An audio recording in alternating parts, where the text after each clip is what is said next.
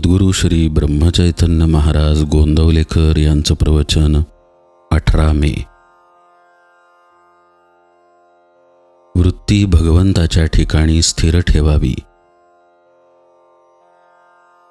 माझा देह परमार्थाच्या आड येतो हे म्हणणे खरे नाही. तो मदत करतो किंवा आड येतो या दोन्हीत विशेष तथ्य मानू नये. माझी वृत्ती कुठे गुंतते हे पहावे. भगवत भजनात दिवस घालवावा असे वाटू लागले, पण संगत मिळाली खेळ खेळणाऱ्याची, तेव्हा त्याचे मन कशाला मोडा असे म्हणून खेळू लागला. भगवंताच्या स्मरणात राहण्याच्या वृत्तीपासून ढळू लागला तर कसे होणार? आईने आजवर खस्ता खाल्ल्या, लहानाचे मोठे केले. तीच आई लग्न झाल्यावर विषयाच्या आड येऊ लागली आणि म्हणून वैऱ्यासारखी वाटू लागली. वास्तविक दोघांच्याही देहात फरक होण्यासारखे असे काहीच झाले नाही, पण वृत्तीत बदल झाला. विषयातच मी गुंतून राहू लागलो. याला काय करावे? मी सुखी कशाने होईन हे आपण आपल्या कल्पनेनेच ठरवले, पण या जगात पूर्ण सुख किंवा पूर्ण दुःख असे काही आहे का? जे खरे असेल किंवा खोटे असेल याची आपल्याला खात्री नाही, त्या बाबतीत आपण रिकाम्याच कल्पना करत बसतो. दुसरा मनुष्य ज्यावेळी आपल्याला त्रास देतो त्यावेळी त्यामध्ये 50% आपली कल्पना असते. बाकी उरले 50% त्याबद्दल त्याने दिलेला त्रास मी करून घेणार नाही ही वृत्ती असावी, म्हणजे संपले. आपली वृत्ती सारखी बदलते आहे आणि जगही सारखे बदलते आहे. त्यामुळे अमुक परिस्थितीमुळे सुख किंवा अमुक परिस्थितीमुळे दुःख होते हे वाटणे खरे नव्हे, कारण सुख दुःख अस्थिर असते. शास्त्रांचे नियम हे वृत्तीला स्थिर करतात.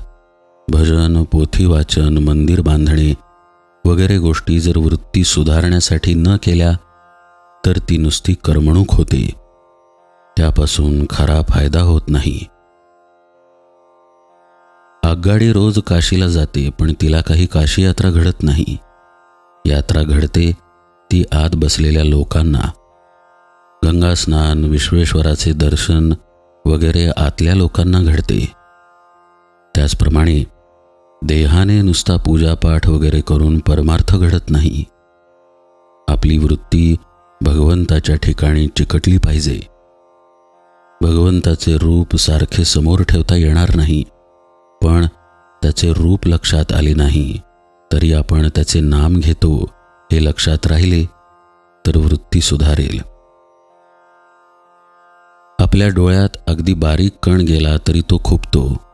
त्याहीपेक्षा वृत्ती सूक्ष्म असते, ती भगवंतालाच कळते, म्हणून त्याच्यापाशी लबाडी चालत नाही. विषयाचा भोग आला असता जो त्यामध्येच गुंतत नाही त्याच्यावर भगवंताची खरी कृपा झाली हे समजावे. भगवंतापासून वेगळे न राहणे, त्याचे विस्मरण न होऊ देणे, त्याच्या स्मरणात राहणे, त्याच्या नामात राहणे, यात खरे समाधान, शांती आणि सुख आहे. वृत्ती स्थिर होणे, शांत होणे याचे नाव समाधान, आणि भगवंताकडेच वृत्ती सारखी राहणे याचे नाव समाधी होय. जानकी जीवन स्मरण जय जय राम.